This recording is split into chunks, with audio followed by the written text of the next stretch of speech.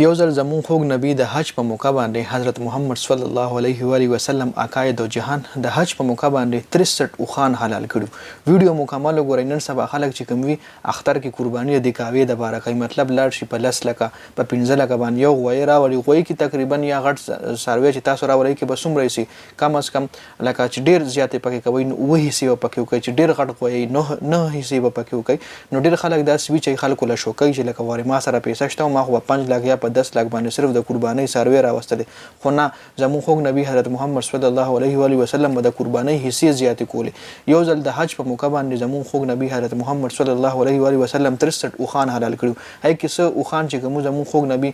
د مدینې نه بوتلی مکیله او څه اوخان چې کوم د حضرت علی رضی الله عنه د عمان نه راوستلو. ټوټل تقریبا 100 اوخان چې کې 63 اوخان باندې چاړه زموږ خوږ نبی حضرت محمد صلی الله علیه و آله وسلم راخلی و. هغه به دا کوشش کولو چې زه د قرباني حصے زیات وکم، لکه دا نه چې صرف یو قرباني به کوله،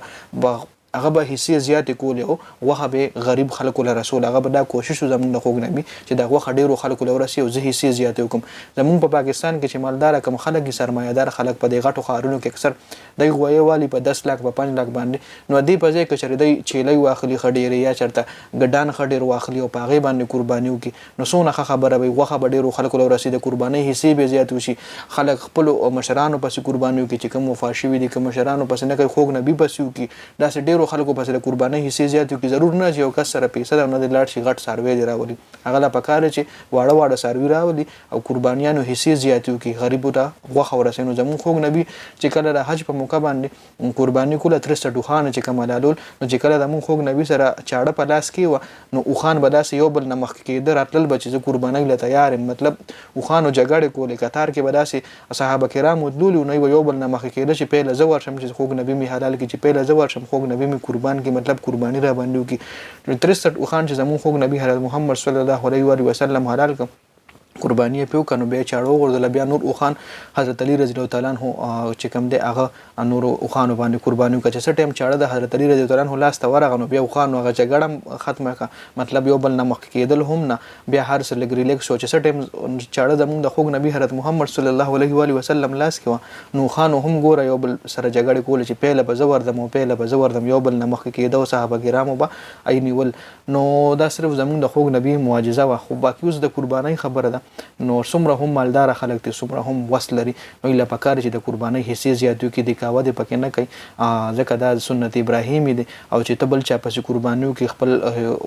مشرانو پس نیکه پس نیا پس چې کوم وفات شوی دي چا والدین وفات شوی نو پس دغه کوي ای پس قربانیو کې نو ډیر زیات ثواب لري. دا نه چې لکه خلک لکه ډیر مالدار داسې وي چې هغه عمدغه رنګ کوي. دا اوس ما ته مولانا طارق جمیل سے بیان کړه هغه پکې دا مسله بیان کړه نو هغه داسې کوي مالدار چې واړه واړه سروي ډیر راولي او قربانیانو کې حضرت ابراهیم علیه السلام پس هم قربانیو کې لکه دومره لري لري پورې خلک قربانیو کې مونږ خلک سکو مونږ د کاوه کو مونږ وای راشه غټ سروي راول چې د کلیږي خلکو له پته ولګي چې فلانی خو ډیر غټ په 5 لک او په 10 لک سروي راوته په 15 لک او په 20 لک باندې ګوره خلک وایي خلی نو دې په ځای به څومره خوا چې د واړه واړه سروي شتره وي خډې او قرباني به کوله صرف چاړې په راخل او غریبانو ټول خپل کلی مالت را بللو چې راشي دا به صرف چاړه راکاګم نور صفای تاسو ځان لکوي او وخت وړي نو څومره خوا غریبانو له وخت هم رسیده ادب ثوابونه څومره کې د کم کم